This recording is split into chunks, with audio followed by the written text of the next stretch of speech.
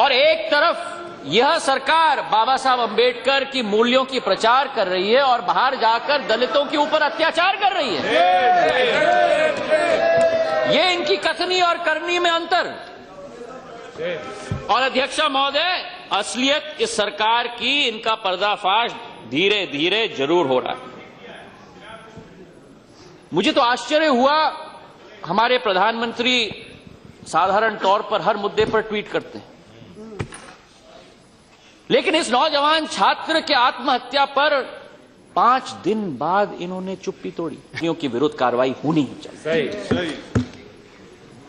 हम चाहते थे अध्यक्षा महोदय एक्शन लिया जाए, लेकिन एक्शन के बजाय मैं तो आश्चर्यचकित रह गया जब कैबिनेट में इस बात पर बहस हो रही है कि एक साधारण छात्र दलित है या नहीं,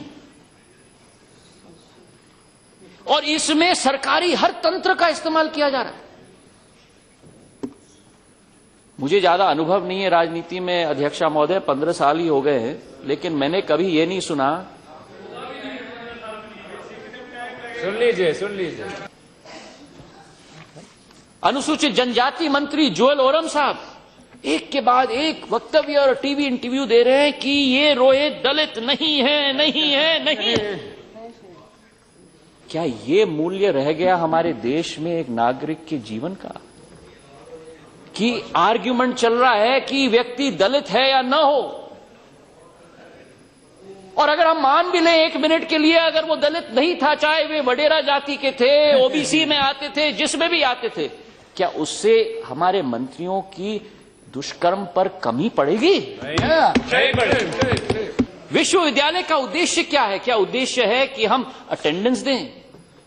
क्या हम उद्देश्य है कि हम परीक्षा दें? विश्वविद्यालय का उद्देश्य है कि विचारों का आदान प्रदान होना चाहिए। विश्वविद्यालय का उद्देश्य है कि यथास्थिति को चुनौती दी जानी चाहिए। लेकिन जिस तरीके से रोहित की आत्महत्या की घटना हुई है, एफटीटीआई में विद्यार्थियों के विरुद्ध एक्शन लिया गया है, जिस तरीके से जेएनयू की घटना हुई है, जिस तरीके से आईआईटी मद्रास में अंबेडकर पेरियार सर्कल को निष्कासित किया गया है, ये सरकार नौजवानों की आवाज को बंद करना चाहती है, इसमें कोई दो राय नहीं। अध्यक्षा महोदय, जेएनयू ने इस देश की एकता और अखंडता और विकास, क्या हो रहा है?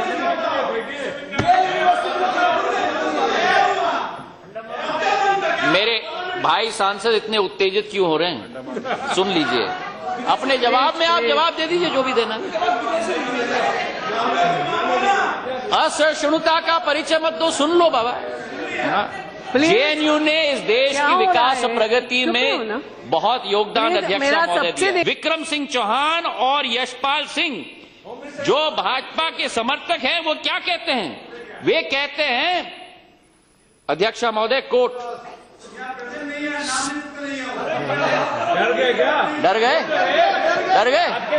वो कोट करते हैं, साले को मारेंगे हम, पेट्रोल बॉम्ब भी लेके आऊंगा मैं, कुछ भी मुकदमा लगे, मर्डर का भी लगेगा, छोड़ूंगा नहीं मैं जेल जाऊंगा। अगर अरेस्ट हुआ तो मैं कन्हैया वाले जेल में जाना चाहता हूं, साले को वहीं जाके मारूंगा। सच बताऊं, पुलिस हमें फुल सपोर्ट कर रही थी।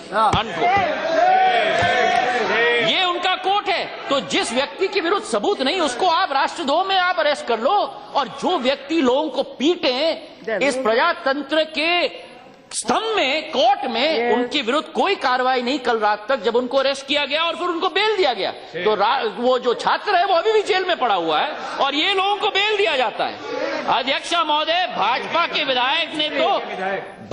विधायक ने तो कमाल कर दिया। ओपी शर्मा जी ने अमीर जमाल सीपीआईएम के कार्यकर्ता को पटक के जमीन पर उसको मारा गया, और क्या कहते हैं वे कहते हैं कि मैं गोली भी मार देता।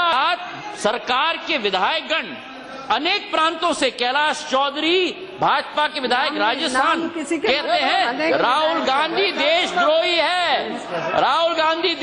है, उनकी गोली से उड़ा देना चाहिए, भारत माता की ओर उंगली उठा।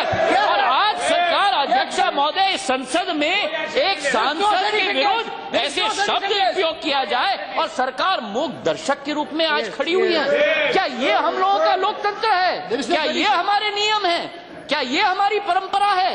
आज परंपराओं की बात की जाती है अध्यक्ष महोदय, और कहा जाता है कि जो कांग्रेस का स्वर्ण इतिहास है राष्ट्रभक्ति का, हमारे प्रधानमंत्रियों ने अपने जीवन का बलिदान दिया है। सरदार बेअंत सिंह पंजाब ने अपने जीवन का बलिदान दिया है, वीसी शुक्ला जी ने अपने जीवन का बलिदान दिया है, और आज ये सरकार हमको राष्ट्रभक्ति की सोच और विचारधारा देने वाली है। वो सरकार मैंने कहा प्रधानमंत्री लोग इंदिरा जी और राजीव जी दोनों ने, ये सरकार अध्यक्षा महोदय जो नाथूराम गोडसे के उत्तराधिकारी हैं विचारधारा के, और 52 वर्ष आरएसएस के कार्यालय में झंडा नहीं लगा, एक आत्महत्या हुई और कुलपतियों की मीटिंग बुलाई गई कि 207 फुट पर भारत का झंडा फहराना चाहिए हर सेंट्रल यूनिवर्सिटी में। क्या मजाक है अध्यक्षा महोदय। दिल्ली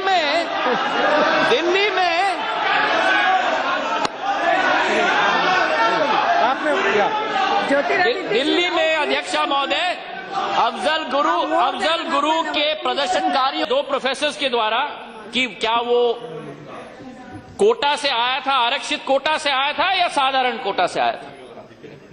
और ये पहली घटना नहीं है हैदराबाद सेंट्रल यूनिवर्सिटी में। पिछले 6 सालों में 3 दलितों ने अत्याचार किया था, आत्महत्या किया था। सुन लीजिए बैठिए ना। 3 न्यायिक जांच बैठाई गई थी और उस समय कहा गया था कि हैदराबाद सेंट्रल यूनिवर्सिटी दलितों के लिए उपयुक्त नहीं है। और इसके बावजूद हमारी मानव संसाधन मंत्री स्मृति ईरानी जी टीवी पे जाती हैं और कहती हैं, I quote, that this is not a Dalit versus non Dalit issue, unquote. कोई कामना हम करें, आशा करें, कोई एक्शन लिया जाए वो तो अलग, लेकिन सरकार ने इस घटना से पूरा अपना पल्ला झाड़ दिया। रोहित ने कहा था कि my birth is my fatal accident. अध्यक्षा महोदय, हम अपने मां बाप को नहीं चुनते, हम अपने जाति को नहीं चुनते इस देश में, लेकिन केवल इस सरकार के कार्यकाल